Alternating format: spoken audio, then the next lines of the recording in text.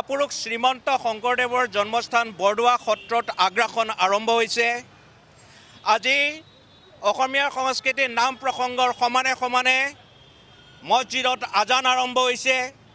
মহাপুৰুষ শ্ৰীমন্ত শংকৰদেৱক আজান ফকীৰৰ লগত তুলনা কৰিছে আৰু তাৰ পিছত এতিয়া আজান ফকীৰ আৰম্ভ হৈছে, আজান ফকীৰৰ দিশ আৰম্ভ হৈছে। গতিকে মুছলমান যি নেতৃত্বত মুছলমানৰ যি আগ্ৰাসন ইতিমধ্যে আমাৰ অসম তথা গোটেই ভাৰতবৰ্ষত আৰম্ভ হৈ আছে। চুলতান মাহমুদে 14বাৰ আক্ৰমণ কৰি সোমনাথ মন্দিৰত লুটপাট আৰম্ভ কৰিছিল। বাবৰে ৰাম মন্দিৰ ভাঙি তাত বাবৰি মছজিদ প্ৰতিষ্ঠা কৰিছিলে। কিন্তু ঔৰংজেবে বাৰে বাৰে আক্ৰমণ কৰিও অসম তেওঁলোকৰ তলত নিব পৰা, অধীনত নিব পৰা নাছিল। কিন্তু তেওঁলোকৰ সেই প্ৰচেষ্টা এতিয়াও চলি আছে, অব্যাহত আছে তেওঁলোকৰ। গতিকে আমি সমূহ ৰাইজক আমি আহ্বান জনাওঁ, এওঁলোকে এই ধৰণেৰে যি আগ্ৰাসন আৰম্ভ কৰিবলৈ লৈছে, এনে আগ্ৰাসন নচলিব। হিন্দু জাগৰণ মঞ্চই এনে আগ্ৰাসন কেতিয়াও সহ্য নকৰিব। আজি শেহতীয়াকৈ এজন জনপ্ৰতিনিধিয়ে তেওঁলোকে আমাৰ যি শ্ৰীমন্ত শংকৰদেৱৰ সমাজ যি কলাক্ষেত্ৰ তাত তেওঁলোকে মুছলমান মিউজিয়াম বনোৱাৰো আজি তেওঁলোকে দাবী আৰম্ভ কৰিছে।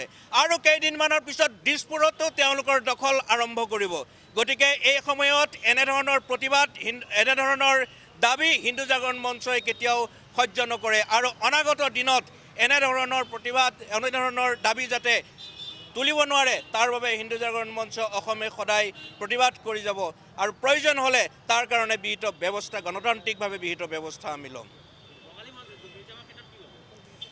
বঙালী মিউজিয়ামৰ সময়ত এই ক্ষেত্ৰত আমি এতিয়া এওঁলোকে এটা ৰাজনৈতিক হেৰিত কাষ খেলিছে। আমি এই ক্ষেত্ৰত শ্ৰীমন্ত শংকৰদেৱৰ হেৰিৰ ক্ষেত্ৰত অন্য যি আমাৰ জনজাতীয় যি সংস্কৃতি আছে এইখিনিৰ বেলেগ কথা। বাকী যি আছে এই গোটেই বিষয়টো বঙালী সম্প্ৰদায় আৰু এই মিয়া মিউজিয়াম এই দুটাৰ লগত কেতিয়াও তুলনা নহয়। কোনোবা MLA মিনিষ্টাৰে যদি তাত বেলেগ সম্প্ৰদায়ৰ কথা কয়, আমি তাক কোনো ধৰণেই নামানো। কাৰণ শংকৰদেৱৰ লগত আমাৰ কোনো ধৰণৰ কাকো তুলনা নহয়।